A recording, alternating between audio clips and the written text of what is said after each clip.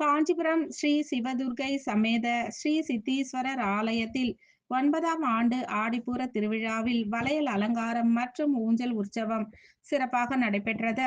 காஞ்சிபுரம் சதாவரம் பகுதியில் உள்ள ஸ்ரீ சிவதுர்க்கை சமேத ஸ்ரீ சித்தீஸ்வரர் ஆலயத்தில் 9ஆம் ஆண்டு ஆடிப்பூர திருவிழா விமர்சையாக நடைபெற்றது.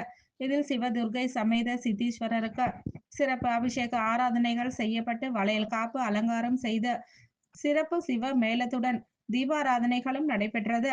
இதனைத் தொடர்ந்து ஊஞ்சல் சேவையும் தீபாராதனைகளும் நடைபெற்று பக்தர்களுக்கு பிரசாதங்கள் வழங்கப்பட்டது. விழா ஏற்பாடுகளை பொதுமக்கள் ஆலய விழா குழுவினருடன் இணைந்து சிறப்பாக செய்திருந்தனர்.